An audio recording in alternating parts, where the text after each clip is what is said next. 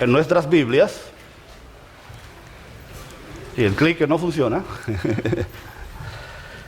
la palabra de Dios que se encuentra en el libro de Hechos, capítulo 15. Y estamos continuando la serie de estudios, there you go, 2020, la vida de Pablo, Common Ground, tercer sermón en el día de hoy. La escritura que vamos a estar estudiando en los grupos pequeños y que consideramos en la mañana de hoy, dice así: entonces algunos que venían de Judea enseñaban a los hermanos: si no os circuncidáis conforme al rito de Moisés, no podéis ser salvos. Como Pablo y Bernabé tuviesen una discusión y contienda no pequeña con ellos, se dispuso que subiesen Pablo y Bernabé a Jerusalén y algunos otros de ellos apóstoles y a los apóstoles y a los ancianos para traer esta cuestión. Ellos pues, habiendo sido encaminados por la iglesia, pasaron por Fenicia y Samaria contando la conversión de los gentiles y causaban gran gozo a todos los hermanos. Y llegados a Jerusalén fueron recibidos por la iglesia y los apóstoles y los ancianos, y refirieron todas las cosas que Dios había hecho con ellos. Pero algunos de la secta de los fariseos que habían creído se levantaron diciendo: es necesario circuncidarlos y mandarles que guarden la ley de Moisés. Y se reunieron los apóstoles y los ancianos para conocer el asunto. Pueden tomar asiento, el Señor añada bendición a su palabra. Vamos a tomar un minutito para orar, no solamente por este servicio y lo que Dios tiene para nosotros, pero recordar también las familias de las personas que sufrieron pérdidas en la reciente masacre, que ya parece una norma en este país. Que Dios tenga misericordia de ellos. Padre, gracias por este tiempo que podemos venir delante de tu trono, y gracias por este tiempo donde podemos dedicarte el día a ti para adorarte, servirte, rendirte el culto que tú mereces. Oramos para que tú prepares nuestras mentes y corazones a fin de que el Espíritu Santo pueda plantar en nosotros esa semilla y que encuentre terreno fértil.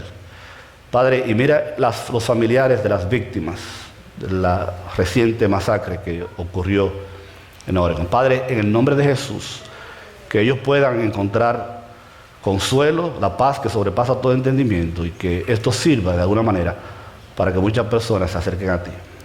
En el nombre de Jesús. Amén. Hermanos, nosotros vimos en el primer mensaje de la serie que estamos llevando a cabo la extraordinaria, impresionante conversión del apóstol Pablo. El tema de toda esta serie tiene que ver con la vista, con la visión, tiene que ver con la capacidad espiritual que Dios nos ha dado para ver más allá de las cosas reales que están enfrente nuestro. Y decíamos que era más importante tener visión que tener vista. Y vimos cómo los ojos espirituales del apóstol Pablo fueron abiertos cuando Cristo se le apareció y le dijo: ¿por qué me persigues? Fue cegado porque para poder ver, Dios tuvo que cegarlo primero. Y todo eso, ¿verdad?, es una bella ilustración en la manera en que el Espíritu Santo de Dios abre nuestros ojos espirituales. En el segundo mensaje que compartimos, vimos cómo pasaron unos años y ya el apóstol Pablo estaba en la iglesia, integrado en el ministerio de la iglesia, trabajando con los líderes de la iglesia, siendo parte del cuerpo de Cristo. El Espíritu Santo los selecciona a él y a Bernabé, les imponen las manos y los mandan a hacer la tarea misionera, la tarea para la cual la iglesia fue instituida. Y decíamos que una iglesia que no es misionera no es iglesia por definición, porque la iglesia está puesta y fue creada, instituida por el Señor para que proclamemos las verdades de aquel que nos rescató de las tinieblas y nos trasladó al reino de su amado Hijo. La iglesia fue instituida para que proclamara el evangelio de salvación, para que muchas personas también llegaran al conocimiento de Cristo. En el pasaje que tenemos por delante han pasado, les explico, dependiendo del calendario que usted maneje, y yo creo que en varias ocasiones he explicado que hay por lo menos 2 calendarios que tienen que ver con las fechas de Jesucristo. Dependiendo del calendario que usted vea, Jesucristo muere y resucita más o menos del 33 al 35 de la era cristiana. Pablo se convierte 2 o 3 años después, entre el 36 y el 38. El apóstol Pablo aparece en la iglesia de Antioquía, que fue una iglesia que se fundó como resultado de la persecución, más o menos en el año 40 y tanto. El apóstol Pablo comienza su ministerio, por lo tanto, más o menos el primer viaje misionero en el año 40 al 44, dura varios años. Para cuando llegamos al capítulo 15 del libro de Hechos, estamos en el año 50 de la era cristiana, lo que significa que Cristo había muerto y resucitado unos 15 años atrás, el apóstol Pablo se había convertido unos 10 años atrás, su viaje misionero, su primer viaje misionero había durado 3 o 4 años. ¿Qué pasó durante todo ese tiempo? Que la Biblia tiene que comenzar a contarnos la historia de lo que se conoce en la tradición cristiana como el primer concilio de la iglesia. Y si usted no está claro en qué cosa es un concilio, piense en un congreso, una reunión importante donde los líderes más destacados de la iglesia en esa época se reúnen a discutir un tema, un asunto que estaba preocupando y que estaba amenazando la estabilidad de la iglesia, de la recién nacida iglesia. Y esto es lo que pasa.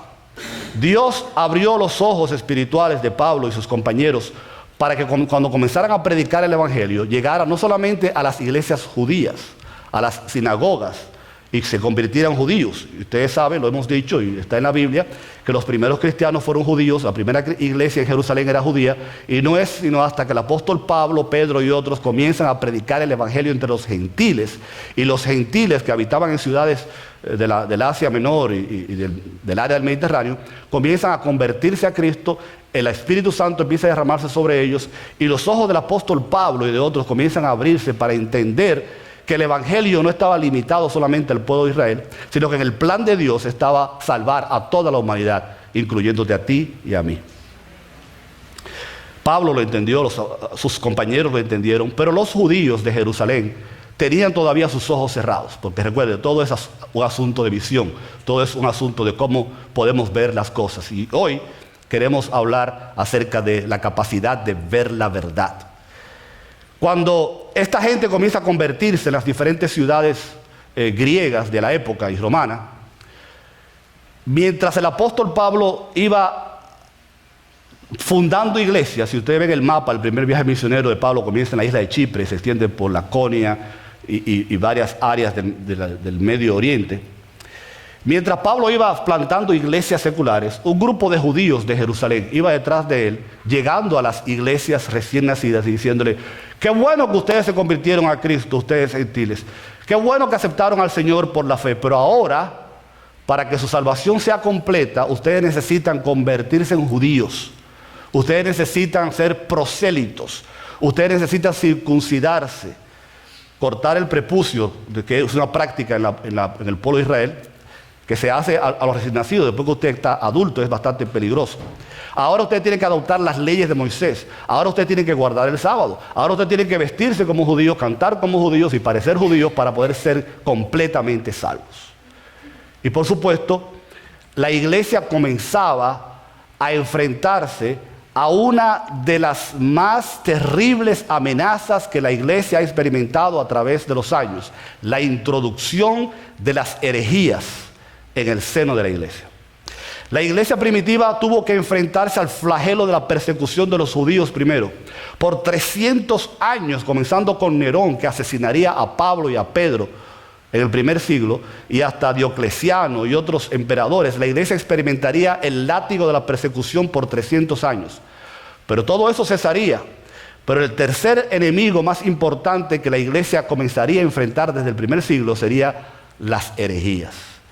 Y en el primer siglo, para los que llevan anotaciones, se destacaron 3 herejías importantes que tuvieron que ser enfrentadas por los líderes cristianos de aquella época.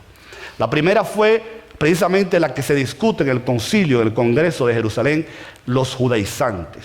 La segunda fue los gnósticos y la tercera, la herejía de los montanistas. Los judaizantes, como ya hemos visto y vamos a seguir viendo en este tiempo, eran aquellos que decían: la salvación no es completa si no se le agregan los elementos de los ritos y la ley judía. Los gnósticos, que venían de las escuelas filosóficas de Grecia, decían: para ser salvo, no solamente es importante creer en Cristo, pero hay que desarrollar un conocimiento, una iluminación interior. Mientras tú más inteligente eres, más salvo puedes ser. Y es interesante que el gnosticismo todavía permanece en el día de hoy. Y los montanistas, que tomaron su nombre de Montano, y que a pesar de que se fueron a la montaña, no tiene nada que ver con el nombre de ellos, también conocidos como los bilianistas, fueron un grupo que se introdujo en la iglesia diciendo: Cristo viene ahora, olvidémonos de predicar el evangelio, vayámonos a la montaña, vistámonos de blanco y sentémonos a esperar la segunda venida de Cristo. En cualquier caso, lo que diferencia una herejía de una falsa doctrina, de una falsa religión, es que por lo regular las falsas doctrinas y las religiones falsas están allá afuera y son fáciles de identificar. Los budistas, los Hare Krishnas, los testigos de Jehová, el Islam, todas esas son religiones que son falsas doctrinas, falsas religiones, pero están fuera de la iglesia. Lo que hace una herejía es que nacen dentro de la iglesia y son falsas doctrinas barnizadas, pintadas, disfrazadas de cristianismo. Son falsas enseñanzas adornadas que parecen que son verdad, pero no lo son.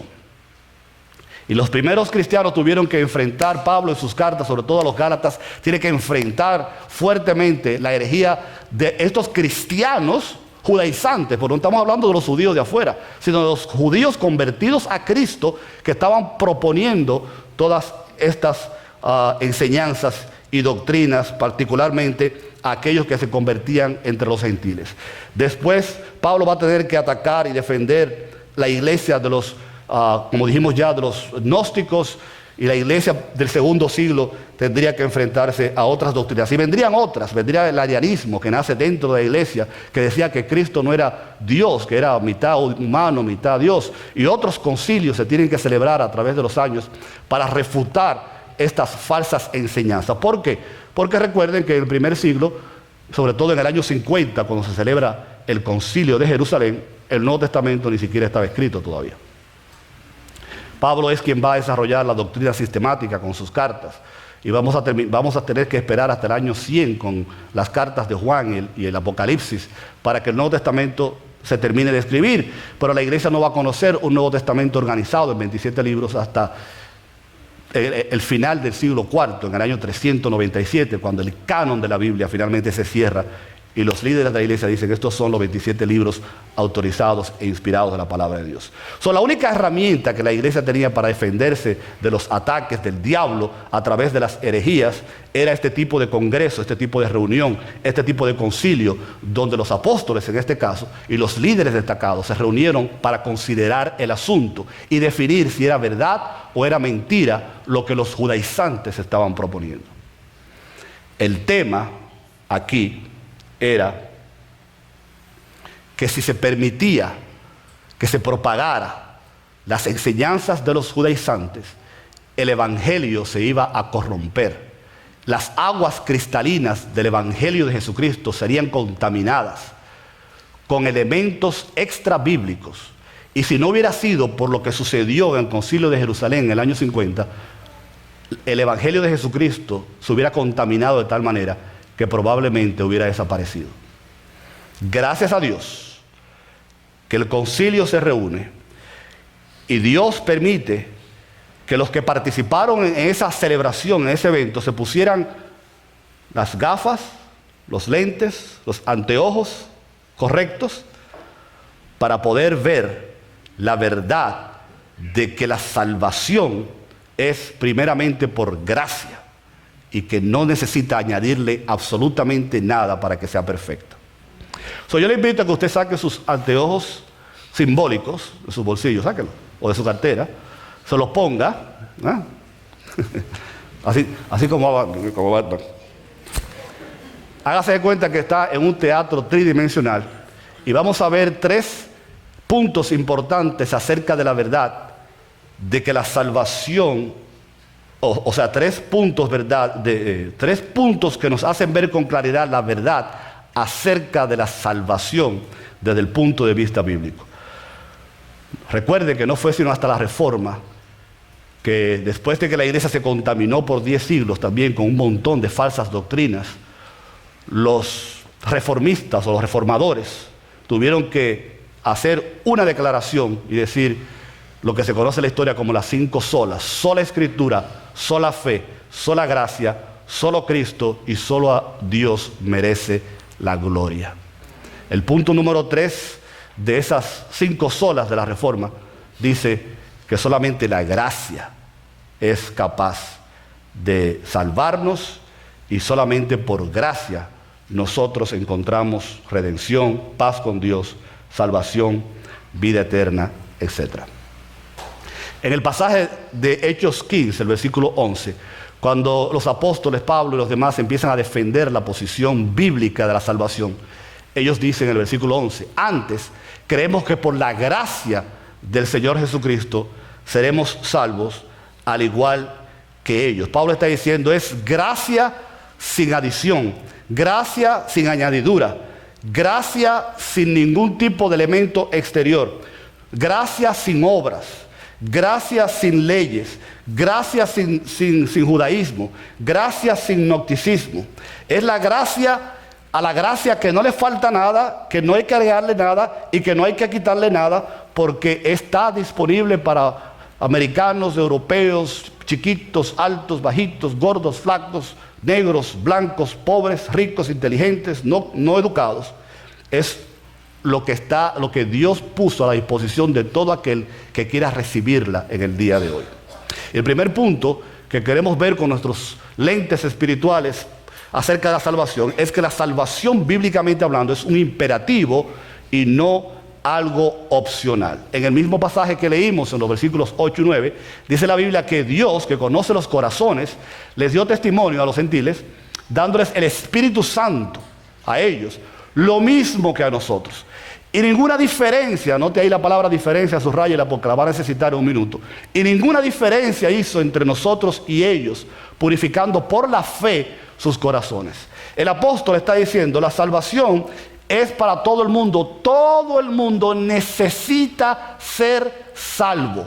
Los judíos, cuando declaraban que la salvación era solo para ellos, indirectamente estaban reconociendo que estaban perdidos. Porque si usted necesita ser salvo, es porque usted estaba perdido.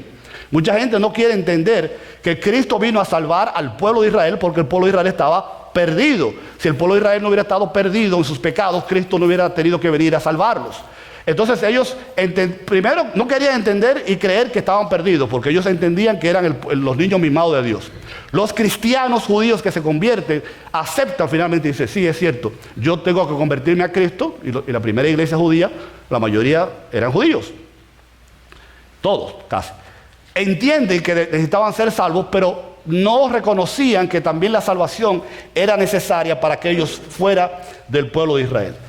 Y Pablo está diciendo, no, así como nosotros necesitamos ser salvos, así como la salvación es algo imperativo para cada uno de nosotros, también los gentiles necesitan convertirse. En otras palabras, el apóstol está diciendo, los ricos, los pobres, los religiosos, los no religiosos, los ateos, la gente buena, la gente mala, todos necesitamos recibir la salvación que Cristo ofrece. Porque mucha gente divide el mundo entre buenos y malos. Para Dios todos somos pecadores. Para Dios no hay gente buena. Trapos de inmundicia, dice la Biblia, son nuestras buenas obras delante de Dios. No hay diferencia. Jesucristo cuando predicaba decía, odiar a una persona y matarla es lo mismo. Ver a una mujer y imaginarse cosas con ella, acostarse con ella en una cama es lo mismo. Para Dios no hay acepción de pecado. Para Dios no hay categoría de pecado. Para Dios no hay pecados y pecaditos. Para Dios no hay pecadores y pecadores pequeños y pecadores grandes. Todos necesitamos arrepentirnos. La Biblia dice en Romanos 3:23, por cuanto todos pecaron y están destituidos de la gloria de Dios. Hay una ilustración. Antes, cuando los teléfonos y las cámaras fotográficas eran diferentes a las que tenemos ahora, ¿ustedes se acuerdan cómo lo grande que eran los teléfonos y las cámaras y todo eso? Un predicador tenía una Biblia cubierta con un forro y estaba en la playa y un grupo de jóvenes, hace mucho tiempo eso, vieron el paquetito y pensaban que era una cámara fotográfica. Y dijeron, tomen una foto, pastor. Y el pastor tomó la Biblia. Dijo, ¿cómo no? Aquí va. ¡Tra! Y entonces abrió la Biblia y dijo, vengan para que vean la foto. Y cuando abrió la Biblia le enseñó Romanos 3:23. Dice, esa es la foto de ustedes, por cuanto todos pecaron y están destituidos. Así como Dios te ve. Así como Dios los ve a ustedes. Y la Biblia es, ¿verdad? La Biblia es un espejo. Cuando uno se mira en la Biblia, uno se mira despeinado y falta de maquillaje, porque la Biblia te dice tu verdadera condición. Cuando tú vas a la Biblia con los lentes correctos puestos, tú puedes ver la condición del ser humano. Por cuanto todos pecaron y están destituidos. Por cuanto no hay diferencia, esa es la mala noticia. Ahora, la buena noticia está en Romanos 10, 12 y 13, que dice, porque tampoco hay diferencia, sino porque todos pueden ser salvos. Porque todo aquel que invocare el nombre del Señor será salvo. No hay diferencia, todos están perdidos. Pero tampoco hay diferencia, todos pueden llegar a ser salvos. Todas las personas que aceptan la gracia y la salvación que Cristo ofrece, todas ellas. Así como todos de este lado están perdidos, todos esos mismos también pueden llegar a ser salvos si invocaren el nombre del Señor. Porque solo hay un mediador entre Dios y los hombres, Jesucristo hombre. Jesucristo dijo, yo soy el camino, la verdad y la vida. Nadie viene al Padre si no es por mí. Cristo está disponible para todo aquel que cree. La salvación es un imperativo, no es una opción. Todos necesitamos ser salvos. Pero en segundo lugar, la salvación es algo interno, no un asunto de apariencia externa. Mucha gente puede parecer que es salva, mucha gente puede caminar como un cristiano, comportarse como un cristiano, pero al final del día solamente usted y Dios sabe quién es verdaderamente salvo. Por lo tanto, no podemos juzgar nosotros y decir, bueno, tú pareces que eres salvo, esa persona tiene evidencia de que es salvo, o si tú haces estas cosas externas, tú vas a ser salvo. En el pasaje que leímos, en el versículo 5, algunos de la secta de los fariseos que habían creído, recuerden que estos son cristianos convertidos judíos, no son judíos que no son cristianos. Ellos habían creído en Cristo, pero se levantaron diciendo, aparte de Cristo, aparte de la fe, aparte de la gracia, ustedes tienen que guardar la ley de Moisés. Si ustedes no se visten como nosotros, si ustedes no cantan los cantos como nosotros, si ustedes no se ponen la falda que nos ponemos nosotros, el gorrito que nos ponemos nosotros, ustedes no son salvos. Y hoy en día uno oye esa cosa y le da risa, porque conocemos, ¿verdad? Ya tenemos 2000 años de historia de cristianismo y sabemos, we know better than that, right? Pero muchas iglesias en el día de hoy también sustituyen la gracia por cosas que nos obligan a hacer o quieren obligar a la gente a hacer. Ritos. Por siglos la iglesia sustituyó la gracia por los ritos, por las velas y por la práctica de ir de rodillas a la iglesia y por las horas santas. Y muchas veces las iglesias cristianas evangélicas, ¿verdad? Piensan que si tú te bautizas eres salvo, que si eres miembro de la iglesia eres salvo, que si eres miembro de una familia cristiana eres salvo. Cuando tú te conviertes a Cristo Jesús, por gracia y por gracia solamente, el Espíritu Santo de Dios entra en tu vida. En algunos casos la transformación es inmediata, en algunos casos la transformación es un proceso, pero es algo que viene de adentro hacia afuera. Y no es lo que se vea por fuera lo que vale, sino lo que sucedió por dentro. Y es Dios el único que puede hacer esa obra y ese trabajo. Y todos nosotros, todo ser humano que no lo ha hecho, necesita pedirle a Dios que entre en su vida, le salve y le transforme. Es interesante que en el día de hoy mucha gente habla acerca de be open-minded, de tener una mente abierta, de que no hay que ser tan legalista, que solamente Cristo, que solamente por gracia, que nosotros deberíamos ser más abiertos a tener otras opciones. Pero cuando esa persona va a la farmacia y le dice al farmacéutico, yo tengo una infección en el oído y necesito esa medicina, usted no quiere un farmacéutico open-minded que le diga, no, te voy a dar la primera que yo agarre, que seguro que te va a caer bien, ¿verdad que no? No, mira, esta medicina es para la boca, pero total, están pegados el uno con el otro, llévate esa. I'm open-minded. O mira, esta medicina se venció y alguien la trajo, yo no sé lo que hay adentro, pero a lo mejor te sirve. Usted no se tomaría esa medicina. You won't trust that, ¿verdad? Si usted va al banco a hacer un depósito de $5,000 y se lo entrega al banquero, y usted no quiere un banquero open-minded que diga, vamos a tirar eso ahí y mañana averiguamos cuánto fue que trajiste. O dejámoslo aquí que yo... No. O sea, usted quiere una persona que realmente siga las reglas que tiene que seguir porque usted quiere asegurarse de que usted tiene los resultados que anda buscando.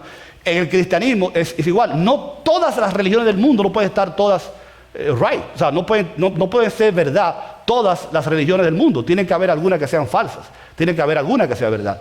Y usted tiene que procurar, ponerse los lentes espirituales correctos y buscar la palabra de Dios y ver de que el cristianismo es la única religión, por así decirlo, aunque no creemos que el cristianismo es una religión, sino un estilo de vida, como decíamos en la ilustración, creo que fue el domingo pasado, del musulmán que se convirtió, porque él dice, si tú vas y al final de un camino, el camino se divide en dos, hay un hombre muerto aquí y un hombre vivo aquí, ¿a cuál tú le preguntarías el camino correcto? Al muerto no se lo vas a preguntar, se lo preguntas al vivo. Jesucristo está vivo y es el único líder de las religiones del mundo que está vivo, todos los demás están muertos. Y Él reina y vive para siempre. Además, en tercer lugar, con nuestros ojos espirituales puestos, a ver, ahí go.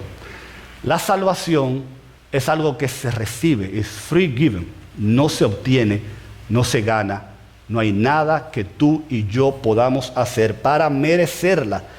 Grace, gracia, es algo inmerecido, unmerited favor. It's receiving something which you absolutely do not deserve.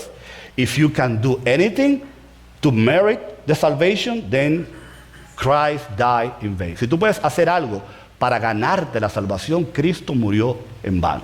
Si tú puedes agregarle algo a la salvación para hacerla perfecta como querían hacer los judaizantes, tú le estás diciendo a Dios, el sacrificio tuyo en la cruz no fue completo.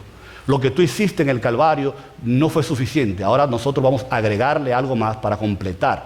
Y la Biblia dice que no, que la salvación es por gracia, que la salvación se da inmerecida, que ninguno de nosotros merecíamos, ni podíamos ganarla, ni podíamos comprarla, ni podíamos hacer absolutamente nada para que Dios pudiera, para que mereciéramos la salvación. En la guerra hispanoamericana había un coronel llamado Teddy Roosevelt. Teddy Roosevelt tenía a su cargo un grupo de soldados, algunos de ellos heridos, y él se acercó a una señora que le habían dicho que tenía medicina, llamada Clara Barton. Y Clara Barton fue una de las primeras mujeres que comenzó lo que se conoce hoy como la Cruz Roja, el Red Cross. Y este coronel llegó hasta aquel lugar y le dijo a la señora, yo necesito comprar medicina para mis soldados, porque si no, pues se me van a morir. Pídame lo que sea que yo le pago. Y la señora dijo, no le puedo vender nada. Y el hombre se incomodó, dijo, ¿cómo va a ser que usted no pueda venderme la medicina si yo tengo dinero aquí? Y ella le dijo, no se la puedo vender, porque la medicina que nosotros tenemos es gratis. All you have to do is ask for it. Nomás tiene que pedir y se la daremos con gusto.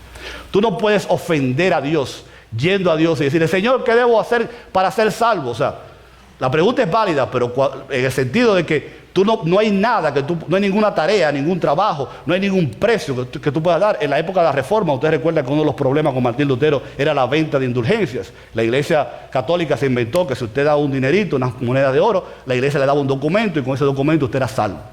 Eso es una ofensa a la gracia de Dios, una ofensa al plan redentor de Dios. Dios nos da la salvación gratis y no hay nada que tú y yo podamos hacer para ganarla. Efesios lo dice, porque por gracia ustedes han sido salvos, dice la NBI, mediante la fe. Y esto es algo que viene de Dios, es un regalo de Dios, no por obra, para que usted mañana no se dé en el pecho diciendo que se ganó la salvación que Dios le había dado. Y la historia termina en el Concilio de Jerusalén.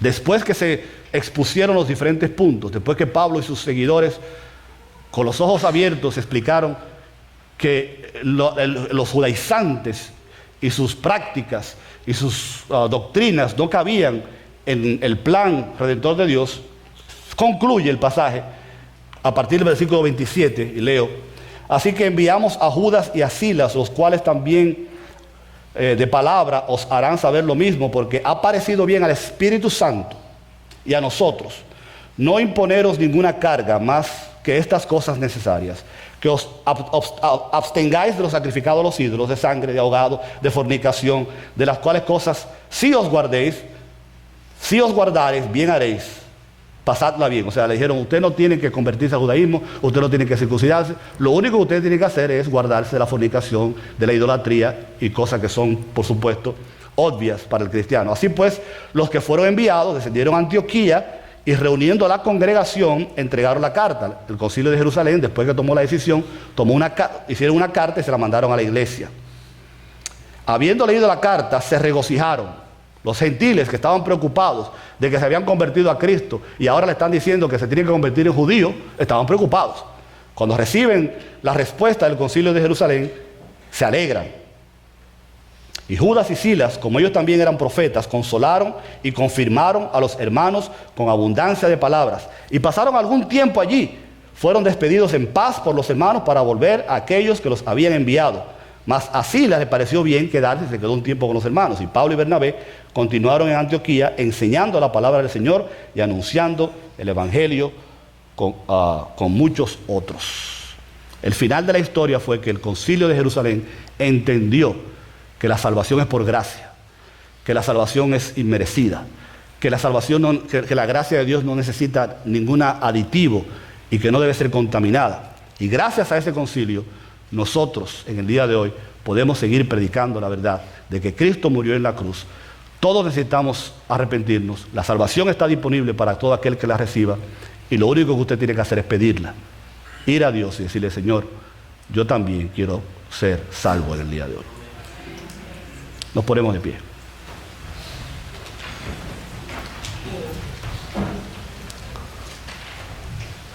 La iglesia está llamada a concentrarse en la predicación del evangelio. Yo dije hace un rato que una de las herejías que se introduce en el siglo II en la iglesia fue el milianismo, el montanismo, aquella actitud contemplativa de vamos a sentarnos a esperar que Cristo venga. Usted y yo no estamos llamados a sentarnos para nada. Usted y yo estamos llamados a trabajar, a ocuparnos en lo que Cristo viene. Cuando Él venga, el problema de Él. Y eso yo pienso que es algo que la iglesia debe siempre estar considerando. Nuestro trabajo es predicar el evangelio. Nuestro trabajo es predicar a Cristo. Nuestro trabajo es ayudar a aquellos que están ciegos para que vean la verdad y puedan también convertirse al Señor. Y nosotros no estamos supuestos a agregarle absolutamente nada al plan de salvación de Dios, porque ya en la manera que está hecho es perfecto. Cristo murió en la cruz, fue sepultado, resucitó al tercer día, está sentado a la derecha del Padre, vendrá un día por su iglesia y todo aquel que le recibe en el día de hoy es salvo y recibe salvación y vida eterna. Vamos a cerrar los ojos, inclinar el rostro. Si habrá alguna persona aquí en el día de hoy que todavía no ha dado ese paso de recibir la salvación, usted no puede ganársela, no hay nada que usted pueda hacer, usted no lo puede heredar de sus padres, de sus familiares. Usted personalmente tiene que ir a Dios y decirle: Señor, yo reconozco que soy pecador, yo reconozco que Cristo murió por mí en la cruz, yo me entrego a ti en esta mañana y te recibo como mi Señor y mi Salvador. Padre, perdona mis pecados, entra en mi vida, abre mis ojos espirituales y dame la salvación y la vida eterna que tú has prometido a aquellos que vienen a ti. En el nombre de Jesús. Y mientras la iglesia ora con los ojos cerrados y el rostro inclinado, habrá alguien que dice: yo hago esa oración por primera vez en el día de hoy. En el día de hoy es la primera vez que yo oro de esa manera y me entrego a Cristo. ¿Habrá alguien que levanta su mano y dice: yo me entrego a Cristo por primera vez hoy? Dios te bendiga, hermana. Allá atrás tenemos una persona que levanta su mano y dice: yo me entrego a Cristo. Gloria a Dios. Porque la Biblia dice que solamente el Espíritu Santo puede abrir los ojos espirituales nuestros para que veamos la verdad. Que Dios te bendiga. ¿Alguien más? ¿Alguna persona más dice: yo también? Yo levanto mi mano hoy entregándome a Cristo por primera vez, reconociendo que la salvación es por gracia. ¿Habrá alguien más? Vamos a orar. Padre, en el nombre de Jesús, te damos gracias por esa vida que en el día de hoy levanta su mano diciendo: yo me entrego a ti. Bendícela, guárdala, cuídala. Permite que ella pueda seguir creciendo espiritualmente, que encuentre en esta iglesia una familia donde también ella se una al cuerpo de Cristo. Permite que nosotros como iglesia podamos apoyarla a ella y a cada creyente, apoyarnos los unos a los otros y hacer nuestra la tarea de predicar cada día el Evangelio de Jesucristo. Bendecimos tu nombre, en el nombre de Jesús. Amén. Pueden tomar asiento los padres. Dios te bendiga. ¿Cómo se llama él? Emmanuel. Emmanuel, Dios con nosotros. Donde como iglesia y como comunidad y como familia, nosotros y los padres decimos: Señor, te presentamos a este niño, basado de alguna manera en la presentación de Jesús en el templo, la presentación de Samuel por parte de su madre. Pero lo más importante es lo que la Biblia enseña en Deuteronomio, capítulo 6. Dios habla y dice: estas palabras que yo te he mandado hoy estarán sobre tu corazón y las repetirás a tus hijos. Y hablarás de ellas estando en tu casa y andando por el camino y al acostarte y cuando te levantes. Y las atarás como una señal en tu mano y estarán como frontales en tus ojos. Y las escribirás en los postes de tu casa y en tus puertas. La Biblia está diciendo: háblale a los hijos de la palabra de Dios todo el tiempo. Cuando se levanten, cuando se acuesten, cuando jueguen, cuando caminen, cuando estén grandes, cuando estén chiquitos. La palabra de Dios también dice, instruye al niño en su camino. Y cuando fuere viejo, no se apartará de él. También, como decía hace un rato, sacamos esta práctica de alguna manera de lo que encontramos en la Biblia, en el primer capítulo de Samuel, cuando Ana oraba para que Dios le diera un hijo. Al final, cuando ella lo presenta al Señor, ella dice estas palabras.